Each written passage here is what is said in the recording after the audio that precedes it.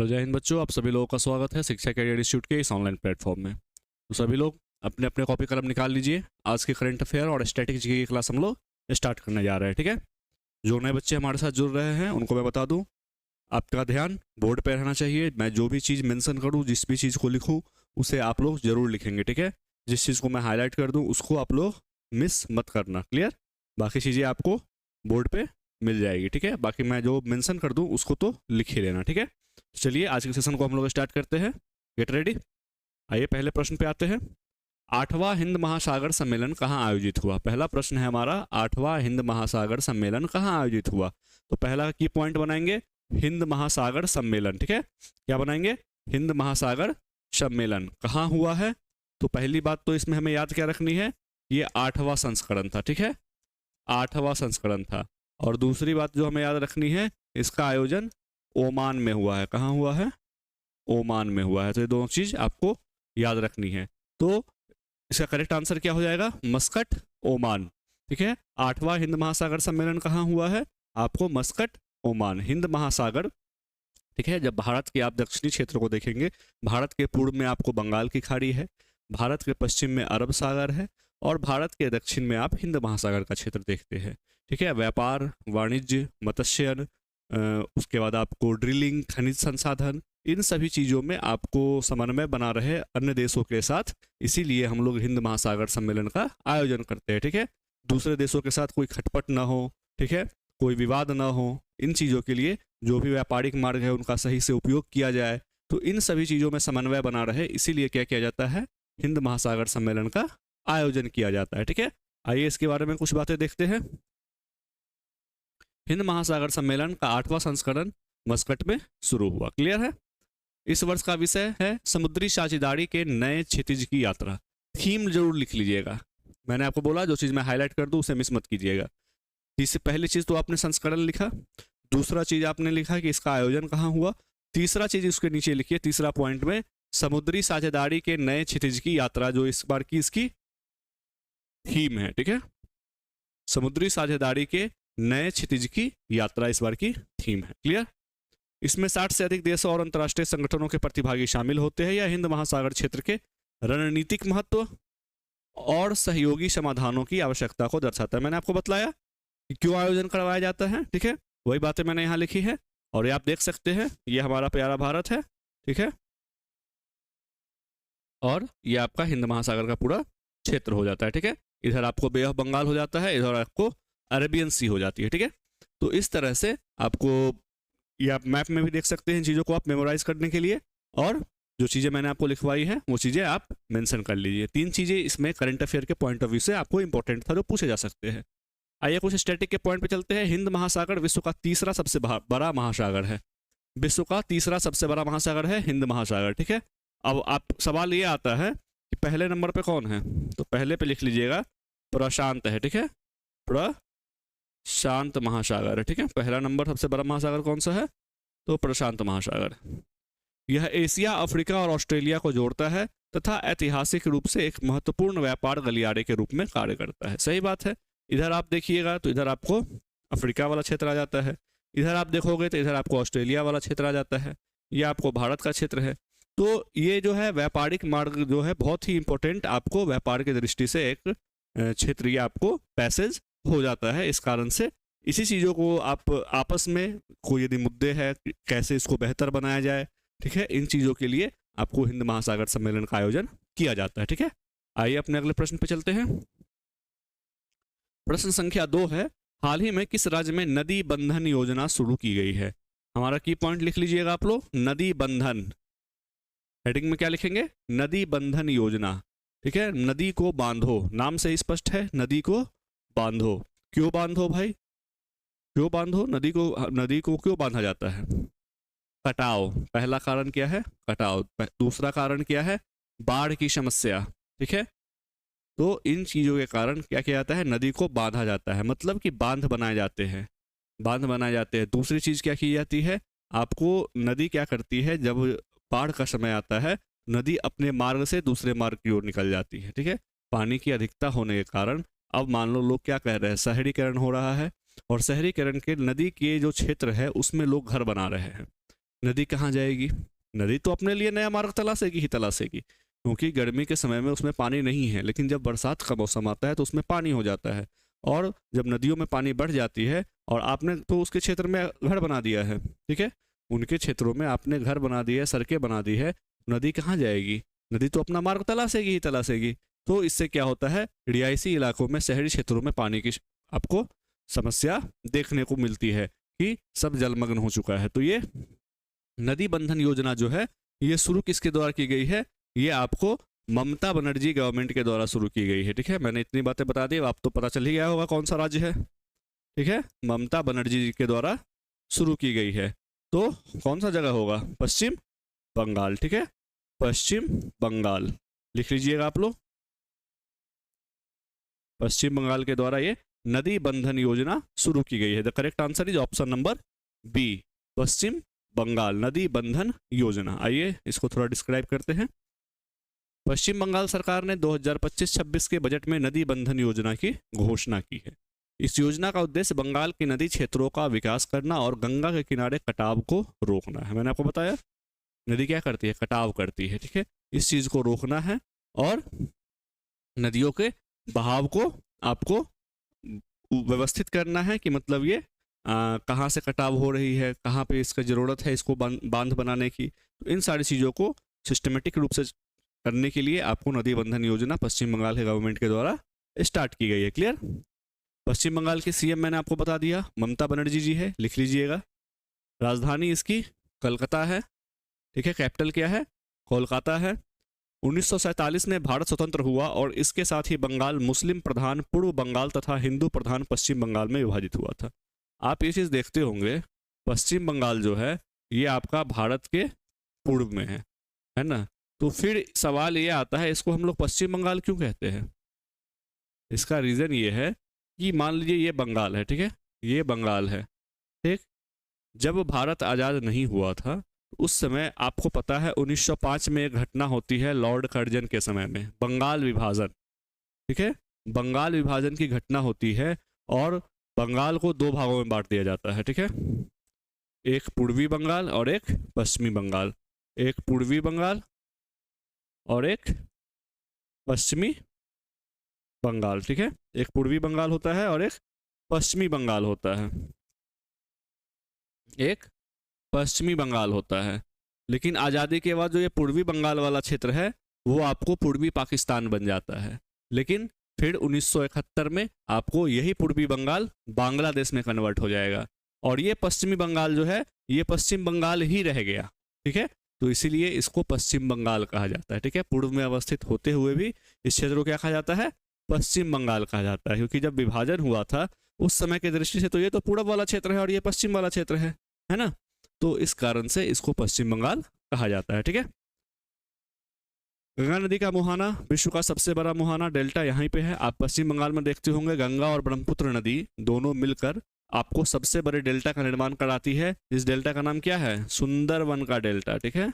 सुंदरवन का डेल्टा, सुंदरवन का डेल्टा आपको यहीं देखने को मिलेगा, ठीक है।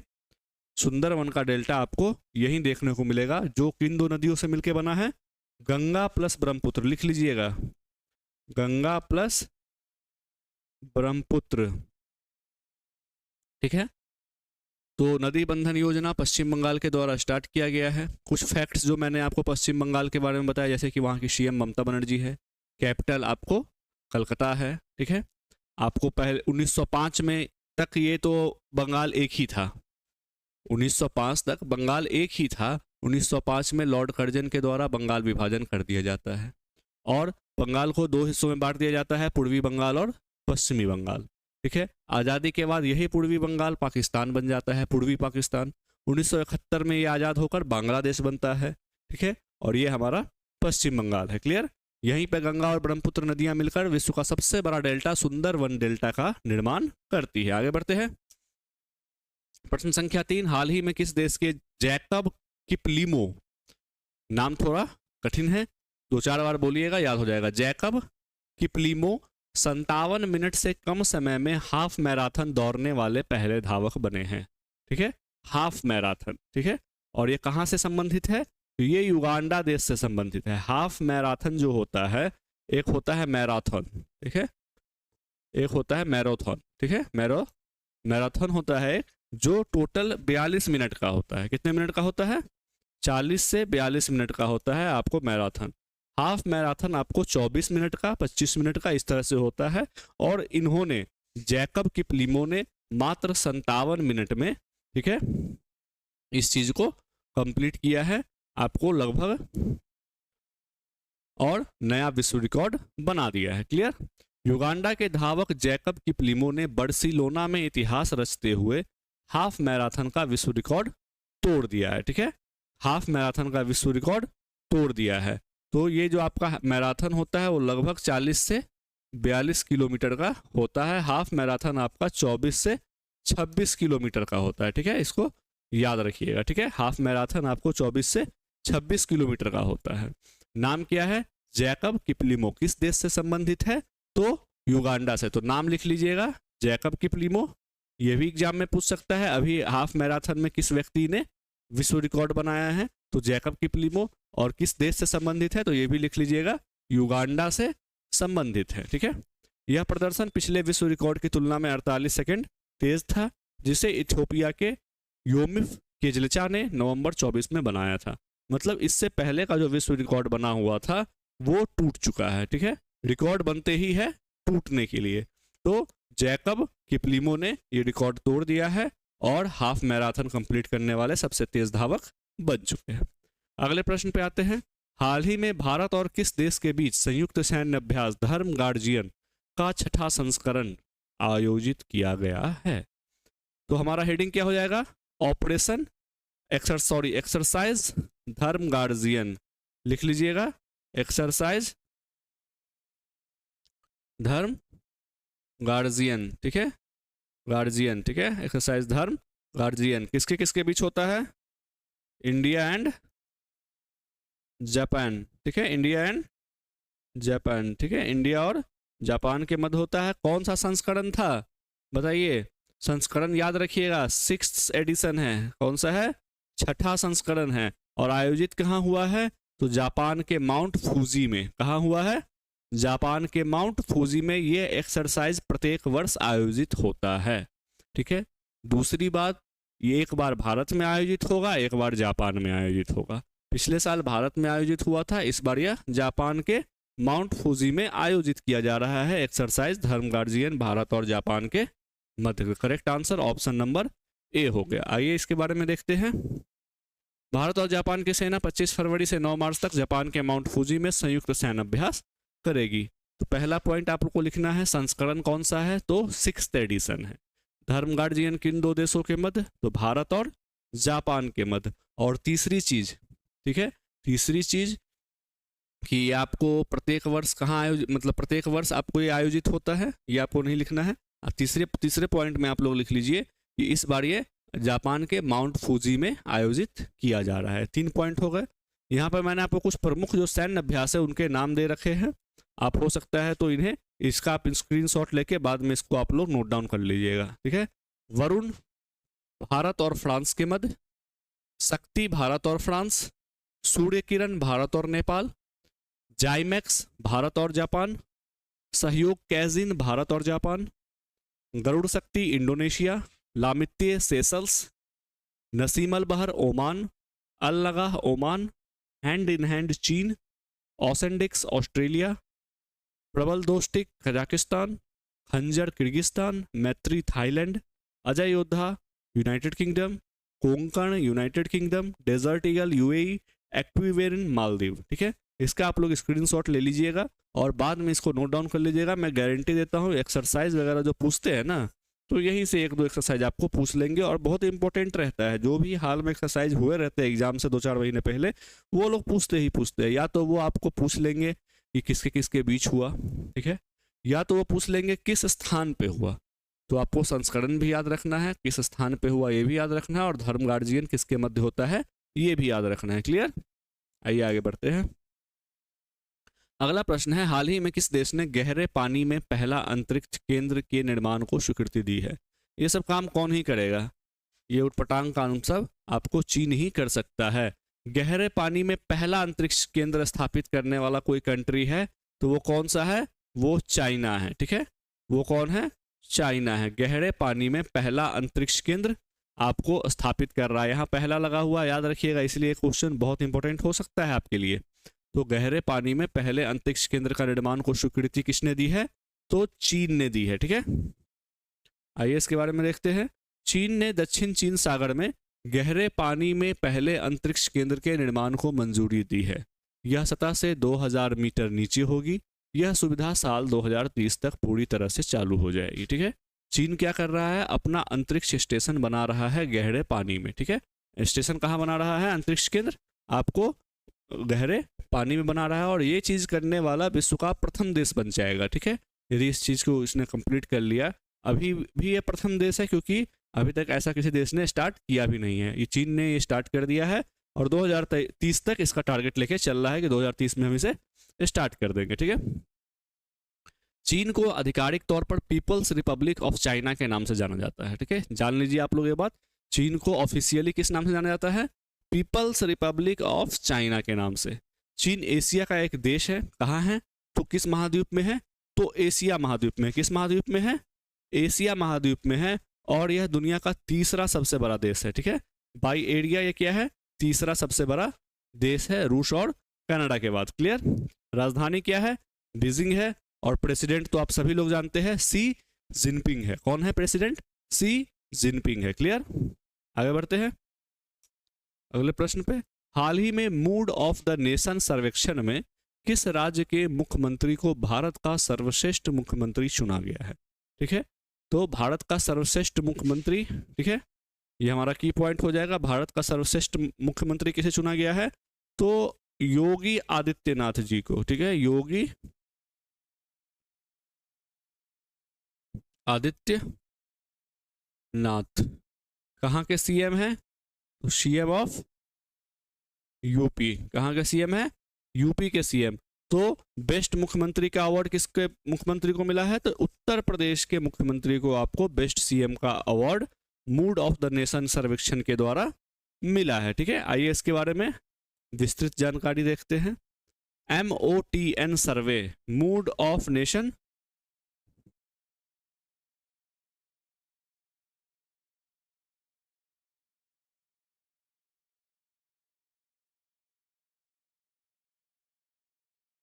MOTN survey, mood off the nation सर्वे में जनता ने उत्तर प्रदेश के मुख्यमंत्री योगी आदित्यनाथ को देश का सबसे पसंदीदा मुख्यमंत्री माना है। तो पहले नंबर पे आपको योगी जी हो गए, पहले नंबर पे आपको योगी जी हो गए। दूसरे नंबर पे आपको ममता जी हो गई पश्चिम बंगाल की, ठीक है। और तीसरे नंबर पे आपको स्टैलिन हो गया, ठीक है, स्टैलिन हो गया, ठीक है, स्टैलिन हो गया तीसरे नंबर पे, ठीक है, तमिलनाडु के सीएम, ठीक है, MK स्टैलिन। तो टॉप पे कौन है? सबसे ज्यादा पसंद किया गया है आपको यूपी के सीएम। अभी यूपी में आपको, यूपी के प्रयागराज में महाकुंभ चल रहा है, ठीक है, तो यूपी के सीएम आपको सर्वश्रेष्ठ, आपको रैंकिंग में नंबर 1 दिया गया है। उसके बाद पश्चिम बंगाल के सीएम ममता बनर्जी को दूसरा स्थान दिया गया है और तमिलनाडु के सीएम MK स्टैलिन को तीसरा स्थान दिया गया है। क्लियर है इस सर्वे में आगे बढ़ते हैं। हाल ही में विश्व स्तर पर वर्तमान में भारत मछली उत्पादन में कौन से स्थान पे है? तो भारत का स्थान मछली उत्पादन में की पॉइंट हमारा हो जाएगा। मछली उत्पादन में किस स्थान पे हम लोग? सेकेंड स्थान पे है। 1 पे कौन है? 1 पे चाइना है, ये भी लिख लीजिएगा, 1 पे चाइना है।